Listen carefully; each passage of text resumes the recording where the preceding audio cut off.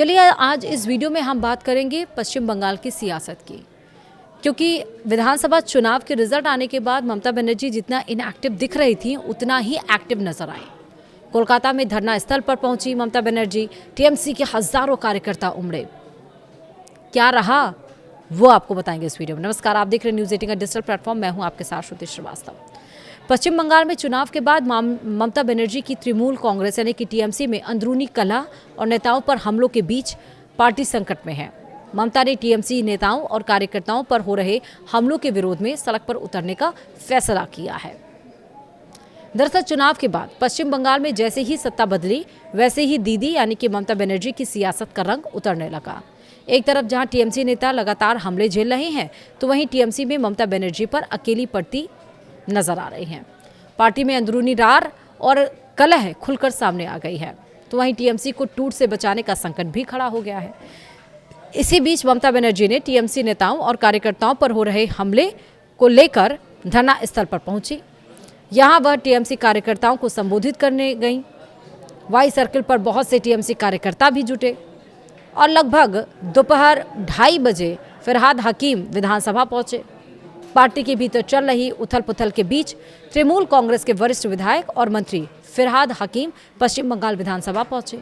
यह घटनाक्रम इसलिए भी दिलचस्प माना जा रहा है क्योंकि पार्टी के कुछ वरिष्ठ नेता ममता बनर्जी के आवास पर मौजूद हैं, जबकि कई अन्य नेता और कार्यकर्ता विरोध प्रदर्शन स्थल पर डटे हुए हैं। ऐसे समय में फिरहाद हकीम का विधानसभा पहुंचना राजनीतिक हलकों में चर्चा का विषय बन गया है। विरोध में सड़क पर उतरने का फैसला किया गया। वह राज्य सरकार के खिलाफ धरना प्रदर्शन करने जा रहे। वहीं ममता बनर्जी ने पार्टी के कुछ वरिष्ठ नेताओं की मौजूदगी में बंद कमरे में अहम बैठक की। इस बैठक में तृणमूल कांग्रेस के वरिष्ठ नेता कुणाल घोष, डोला सेन, मदन मित्रा, प्रतिमा मंडल, सुभाषिष चक्रवर्ती और कल्याण बनर्जी शामिल रहे। पार्टी के भीतर जारी राजनीतिक हलचल के बीच हुई इस बैठक को काफी महत्वपूर्ण माना जा रहा है। हालांकि बैठक में किन मुद्दों पर चर्चा हुई इसकी आधिकारिक जानकारी अभी सामने नहीं आई है। ममता ने शुभेंदु सरकार पर गंभीर आरोप लगाते हुए कहा कि चुनाव के बाद 2500 यानी कि 2500 टीएमसी पार्टी कार्यालय तोड़ दिए गए, 10,000 कार्यकर्ताओं को गिरफ्तार किया गया। पुलिस टीएमसी विधायकों को घर से बाहर ना निकलने की धमकी दे रही है। टीएमसी नेताओं पर हो रहे हमले के विरोध में ममता बनर्जी ने अब सड़क पर उतरने का फैसला किया, तो वहीं रानी रासमणी रोड पर प्रोटेस्ट की इजाज़त उन्हें नहीं मिली। ममता बनर्जी ने मंगलवार को दोपहर 1 बजे रानी रासमणी रोड पर धरना देने के लिए पुलिस को आवेदन दिया था, लेकिन प्रशासन ने इजाज़त नहीं दी। इसके बाद भी ममता बनर्जी धरना देने की जिद पर अड़ी।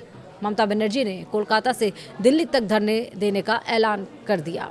कोलकाता में धरना करने की तैयारी में लेकिन इजाज़त नहीं मिली तो ममता दिल्ली में प्रदर्शन करेंगी और इस तरह ममता अब सड़क आंदोलन के जरिए अपनी आवाज़ बुलंद करने की रणनीति पर काम कर रही हैं। उधर भारतीय जनता पार्टी यानी कि बीजेपी के वरिष्ठ नेता दिलीप घोष ने तृणमूल कांग्रेस यानी कि टीएमसी और ममता बनर्जी पर तीखा हमला बोला। उन्होंने आरोप लगाया कि तृणमूल कांग्रेस के भीतर नेताओं के बीच मतभेद और असंतोष बढ़ रहा है तथा इन्हीं मुद्दों से जनता का ध्यान हटाने के लिए ममता बनर्जी विरोध प्रदर्शन का सहारा ले रही हैं। वहीं बंगाल की जनता और अब टीएमसी के खिलाफ नजर आ रहे हैं। दिलीप घोष ने कहा है कि पश्चिम बंगाल की जनता अब टीएमसी के खिलाफ है और लोगों को विरोध प्रदर्शन करने से नहीं रोका जा सकता है। उन्होंने तंज कसते हुए कहा, यदि ममता बनर्जी को प्रदर्शन करना है तो वह दिल्ली, अंटार्कटिका या रेगिस्तान कहीं भी जा सकती हैं। उन्होंने राज्य में कानून व्यवस्था की स्थिति पर भी सवाल उठाते हुए कहा, तृणमूल कांग्रेस ने पश्चिम बंगाल में पुलिस राज और जंगल राज स्थापित किया है।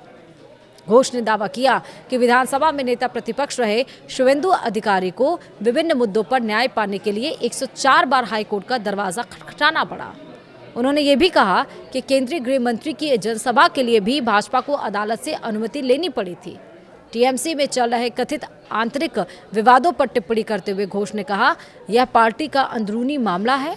उन्होंने दिवंगत तृणमूल नेता सुब्रत मुखर्जी के एक पुराने बयान का हवाला देते हुए कहा कि टीएमसी कोई राजनीतिक दल नहीं बल्कि एक ट्रेन की तरह है जिसमें लोग अपने हित के अनुसार आते जाते रहते हैं। उन्होंने ये भी कहा कि भाजपा चुनाव के बाद दल बदल कर आए लोगों की पहचान कर रही है और ज़रूरत पड़ने पर उनके खिलाफ कार्रवाई की जाएगी। दिलीप घोष ने कहा कि अभी टीएमसी के लिए हमारे दरवाजे बंद हैं। एंटी इनकम्बेंसी के खिलाफ हम जनता के बीच गए। चुनाव के नतीजे आने के बाद जितने लोग भगवाधारी हो गए, हम उनको चिन्हित कर रहे हैं, पार्टी से दूर करेंगे। वहीं नाम खाना का वीडियो भी वायरल हुआ। कटमनी वापस करते दिखे हैं टीएमसी के नेता। दरअसल ममता बनर्जी की ओर से सरकार के खिलाफ प्रदर्शन और धरने के ऐलान के बीच एक और बड़ा मामला सामने आया। पश्चिम बंगाल के 24 परगना जिले के नामखाना का एक वीडियो सोशल मीडिया पर वायरल हो रहा। बीजेपी आईटी सेल प्रमुख अमित मालवीय ने इस वीडियो का सोशल साइट एक्स प्लेटफॉर्म पर शेयर कर दिया। उन्होंने लिखा, नामखाना में एक स्थानीय टीएमसी नेता को कथित तौर पर ग्रामीणों को पैसे लौटाते हुए देखा जा सकता। आरोप है कि प्रधानमंत्री आवास योजना के तहत मकान दिलाने के नाम पर 45 लाभार्थियों से 5-5 हजार रुपए वसूले गए थे। विवाद बढ़ने और जांच की आशंका के बाद नेता पर यह रकम वापस करने का दबाव बना। उन्होंने लिखा कि अब जांच का डर इतना साफ दिखाई दे रहा है कि ऐसा लगता है कि जैसे स्थानीय नेता कानून की पकड़ में आने से पहले ही जल्दबाजी में कटमनी यानी कि कमीशन के पैसे जिसको बोलते हैं कटमनी लौटाने में जुट गए। जब गरीबों से ज़बरदस्ती पैसे वसूलने वाले लोग सरेआम पैसे लौटाने लगते हैं तो यह उनके मन का पछतावा नहीं होता, बल्कि यह उनका डर होता है। वहीं आपको बता दें कि पश्चिम बंगाल के बैरकपुर कैंटोनमेंट क्षेत्र में स्थित भारतीय राष्ट्रीय तृणमूल ट्रेड यूनियन कांग्रेस के एक कार्यालय को प्रशासन ने बुलडोजर चलाकर ध्वस्त कर दिया। वहीं इस कार्यालय यानी कि अखिल भारतीय तृणमूल कांग्रेस का श्रमिक संगठन है ये कार्यालय। जानकारी के अनुसार यह कार्यालय बैरकपुर कैंटोनमेंट क्षेत्र में स्थित था, जो भारतीय सेना के अधिकार क्षेत्र में आता है। अधिकारियों का कहना है कि यह निर्माण अवैध रूप से किया गया था और कई वर्षों से संचालित हो रहा था। कार्रवाई के दरमियान बैरकपुर में कैंटोनमेंट बोर्ड के अधिकारियों और स्थानीय पुलिस की मौजूदगी में बुलडोजर से भवन को गिराया गया। कार्यालय के भीतर रखे फर्नीचर और अन्य सामान को पहले बाहर निकाला गया, जबकि बिजली कनेक्शन भी काट दिया गया। किसी भी अप्रिय स्थिति से निपटने के लिए इलाके में भारी संख्या में पुलिसकर्मियों और केंद्रीय बलों की तैनाती की गई। कार्रवाई के दरमियान पूरे क्षेत्र में सुरक्षा के कड़े इंतजाम किए गए। भाजपा के मंडल 3 अध्यक्ष विजय राजक ने दावा किया कि यह पार्टी कार्यालय अवैध रूप से संचालित किया जा रहा था। उन्होंने आरोप लगाया कि यह गैर कानूनी गतिविधियां भी चल रही थी। वहीं विजय राजक ने कहा कि प्रशासन और पुलिस ने नियमों के तहत कार्रवाई करते हुए इस कार्यालय को ध्वस्त किया है। हालांकि इस मामले पर तृणमूल कांग्रेस की ओर से तत्काल कोई आधिकारिक प्रतिक्रिया सामने नहीं आई है। प्रदर्शन में पुलिस बाधा डाले तो फिर क्या। वहीं टीएमसी की बता दें आपको कि ममता बनर्जी के विरोध प्रदर्शन के ऐलान के बीच टीएमसी के फेसबुक पर पोस्ट के जरिए कार्यकर्ताओं का मनोबल बढ़ाने की कोशिश की गई।